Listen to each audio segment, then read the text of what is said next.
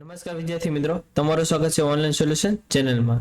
તો ટૂંક સમયમાં તે 12માનું રિઝલ્ટ આવશે અથવા એવું બને કે તમે આ વિડીયો જોતા હોય ત્યારે 12માનું રિઝલ્ટ પણ આવી ગયેલું હોય અને હવે તમારે 12માનું રિઝલ્ટ આવી ગયા પછી કોલેજમાં અલગ અલગ કોર્સની અંદર એડમિશન લેવાનું થશે અથવા ઘણા વિદ્યાર્થીઓ હશે કે જે હાલમાં કોલેજની અંદર જ તે એટલે કે ગ્રેજ્યુએશનની અંદર તે અભ્યાસ પૂર્ણ કરેલો હોય અને હવે એને આગળ માસ્ટર ડિગ્રી એટલે કે પોસ્ટ ગ્રેજ્યુએશનની અંદર એડમિશન લેવાનું થતું હોય, એમ તમારે અલગ અલગ કોઈ પણ કોર્સ માટે એડમિશન લેવાનું થતું હોય તો ટૂંક સમયમાં તે એના ફોર્મ ભરવાનું શરૂ થશે। હવે જ્યારે ફોર્મ ભરવાનું શરૂ થાય ત્યારે આપણે કોલેજ સિલેક્શન પણ કરવાનું થતું હોય છે, એટલે ઘણા વિદ્યાર્થીઓને મૂંઝવણ હોય છે કે મારે કઈ રીતે કોલેજ પસંદ કરવી। તો આજે આપણે વિડીયોની અંદર એ જાણકારી મેળવીશું કે તમારે તમારા જિલ્લાની અંદર તમારે જે પણ કોર્સમાં એડમિશન લેવાનું છે એની કેટલી કોલેજ અવેલેબલ છે। આ ઉપરાંત તમારે તમારા જિલ્લા સિવાયના બીજા કોઈ પણ જિલ્લામાં એટલે કે કોઈ પણ બીજા ડિસ્ટ્રિક્ટની અંદર કઈ કઈ કોલેજ અવેલેબલ છે અને એ કોલેજની અંદર કયા કયા કોર્સ થાય છે, એ ઉપરાંત એ કોલેજની અંદર boys hostel girls hostel available છે કે નહીં, આ ઉપરાંત કોલેજની ફી કેટલી છે,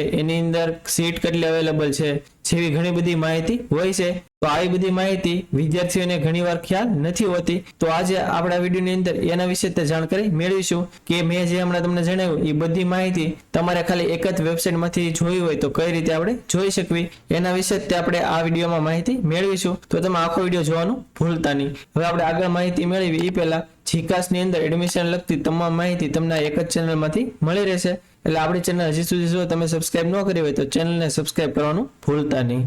હવે આગળ મેં તમને જણાવ્યા મુજબ કોલેજને લગતી તમારે જે પણ માહિતી જોતી હોય એના માટે સૌપ્રથમ તમારે ગૂગલમાં જીકાસ ટાઈપ કરીને એન્ટર કરી દેવાનું, એટલે પહેલી તે વેબસાઇટ આવી જશે જીકાસની, તો આપણે એની ઉપર ક્લિક કરી દેવાની, એટલે આ રીતનો પેજ ઓપન થઈ જશે। હવે થોડાક તમે નીચે આવશો એટલે તમને એક નીચે એક ઓપ્શન જોવા મળશે કે search your preferred institution and courses, તો એની અંદર તમને અલગ અલગ ઓપ્શન આપેલા છે। એમાં પહેલો છે ડિસ્ટ્રિક્ટ એટલે કે જિલ્લા વાઇઝ કેટલી કોલેજ અવેલેબલ છે એની વિશે તમને માહિતી મળશે। પછી તમારે કોઈ સ્પેસિફિક કોર્સ વિશે તે માહિતી જોતી હોય કે કોર્સની અંદર કેટલી કોલેજ આવેલી છે તો એ બીજો ઓપ્શન આપેલો છે। આ ઉપરાંત તમારે ફક્ત યુનિવર્સિટી વિશે માહિતી જોતી હોય કે યુનિવર્સિટીની અંદર કેટલી કોલેજ આવે છે અને આગળ માહિતી જોતી હોય તો એ પણ ઓપ્શન આપેલો છે। એમાં અલગ અલગ ઓપ્શન આપેલા છે, પરંતુ બેસ્ટ ઓપ્શન છે ડિસ્ટ્રિક્ટ વાઇઝ। આપણે ડિસ્ટ્રિક્ટ વાઇઝ જોશું એટલે આપણને બધી માહિતી મળી રહેશે। તો આપણે ડિસ્ટ્રિક્ટની અંદર આપણે કઈ રીતે આગળ જોવું તો અહીં નીચે ડિસ્ટ્રિક્ટની અંદર પ્લીઝ સિલેક્ટ ઉપર ક્લિક કરશો એટલે તમને આ બધા જિલ્લાના નામ જોવા મળશે। હવે તમારે જે પણ ડિસ્ટ્રિક્ટની અંદર એડમિશન લેવાનું થતું હોય એ તમારે આનાથી સિલેક્ટ કરી લેવાનું। દાખલા તરીકે જો તમારે ભાવનગરની અંદર કોઈ કોલેજમાં એડમિશન લેવાનું થતું હોય તો તમારે ભાવનગર સિલેક્ટ કરી લેવાનું। પછી આ બાજુમાં પ્રોગ્રામ નેમનો એક ઓપ્શન આપેલો છે, એની ઉપર ક્લિક કરશો એટલે આ બધા કોર્સના નામ આપેલા છે। હવે તમારે જે પણ કોર્સની અંદર એડમિશન લેવાનું થતું હોય એ તમારે સિલેક્ટ કરી લેવાનું। અત્યારે એક્ઝામ્પલ તરીકે કોઈ પણ એક સિલેક્ટ કરી લઉં છું, દાખલા તરીકે મારે બીકોમ કરવું હોય તો બેચલર ઓફ કોમર્સ નો ઓપ્શન આપેલો છે તો એ હું સિલેક્ટ કરી લઈશ, અને જો તમારે એક્સટર્નલમાં કરવાનું થતું હોય તો એક્સટર્નલનો પણ અલગથી ઓપ્શન આપેલો છે। હવે તમારે કોર્સ સિલેક્ટ થઈ જાય પછી ફાઇન્ડ રિઝલ્ટ એની ઉપર ક્લિક કરી દેવાની, એટલે આ રીતનું પેજ આવી જશે। એમાં ભાવનગરની અંદર જેટલી પણ કોલેજની અંદર બીકોમ થતું હશે બધાની માહિતી અહીંયા આવી ગઈ છે। એવી રીતે તમે જે પણ આ કોર્સ સિલેક્ટ કરેલો છે એને સંલગ્ન જેટલી પણ કોલેજ આવતી હશે એની બધી માહિતી આવી જશે। હવે આપણે આગળ કઈ રીતે જોવાનું તો જો તમે જે પણ કોલેજ હશે એની નીચે 4 આવા અલગ અલગ ઓપ્શન આપેલા છે। એમાં આપણે એક્ઝામ્પલ તરીકે પહેલા જોવી તો ગોપીનાથજી મહિલા કોમર્સ કોલેજ જે ઓપ્શન આપેલો છે એમાં તમે બેઝિક ડિટેલ ઉપર ક્લિક કરશો એટલે આ કોલેજની જે પણ બેઝિક માહિતી હશે એ આવી જશે કે કોલેજ છે કઈ યુનિવર્સિટીની અંડર આવે છે, એ કઈ વર્ષમાં એની સ્થાપના થઈ છે, એનું એડ્રેસ શું છે, પછી ગવર્મેન્ટ છે કે પ્રાઇવેટ છે એ બધું લખેલું હશે। આ ઉપરાંત એની વેબસાઇટ છે વગેરે માહિતી અહીંયા લખેલી હશે। આ બધી બેઝિક માહિતી તમને મળી રહેશે।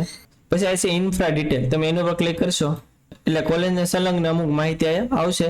દાખલા તરીકે એમાં હોસ્ટેલ અવેલેબલ છે કે નહીં તો એની વિશે માહિતી લખેલી છે કે જો બોયઝ હોસ્ટેલ હશે તો યસ લખેલું હશે, અને જો બોયઝ હોસ્ટેલ નહીં હોય તો એ નો લખેલું આવી જશે। એવી જ રીતે ગર્લ્સ હોસ્ટેલ હશે તો યસ લખેલું આવશે, નહીં હોય તો નો લખેલું આવી જશે। એવી જ રીતે અલગ અલગ ઓપ્શન આપેલા છે જેમ કે ટ્રાન્સપોર્ટેશન ફેસિલિટી છે કે નહીં, કેન્ટીન ફેસિલિટી છે કે નહીં, એ બધી માહિતી લખેલી છે એ તમે ચેક કરી શકો છો। પછી આ છે પ્રોગ્રામ ડિટેલ, તો તમે એના પર ક્લિક કરશો એટલે આ રીતનું પેજ આવી જશે। હવે અહીંયા લખેલું છે કે મોડ એટલે કે આ જે કોલેજ છે એ ફક્ત ગર્લ્સ માટે છે બંને માટે છે। હવે જો આ કોલેજ છે એ ફક્ત ગર્લ્સ માટે છે એટલે ગર્લ્સ ઓનલી લખેલું છે, અને જો કો એજ્યુકેશન એવું લખેલું આવે તો એ કોલેજ છે એ બોયઝ અને ગર્લ્સ બંને માટે અવેલેબલ છે। એ ઉપરાંત ઇન્ટેક એટલે કે એની અંદર કેટલી સીટ અવેલેબલ છે જો આ લખેલું છે કે 120 સીટ એમાં ભરવાપાત્ર છે। પછી એમાં કઈ એન્ટ્રન્સ એક્ઝામ તમારે દેવી પડશે તો કે નહીં। હવે અમુક કોર્સ હોય કે એની અંદર તમારે એન્ટ્રન્સ એક્ઝામ દેવી પડે તો યસ લખેલું હશે। પછી એનો ટાઈમિંગ શું છે એ વગેરે માહિતી તમને અહીંયા મળી રહેશે। પછી છે ઇન્ટેક, તો તમે એના પર ક્લિક કરશો એટલે કોલેજને લગતી બધી આ માહિતી તમને જોવા મળશે.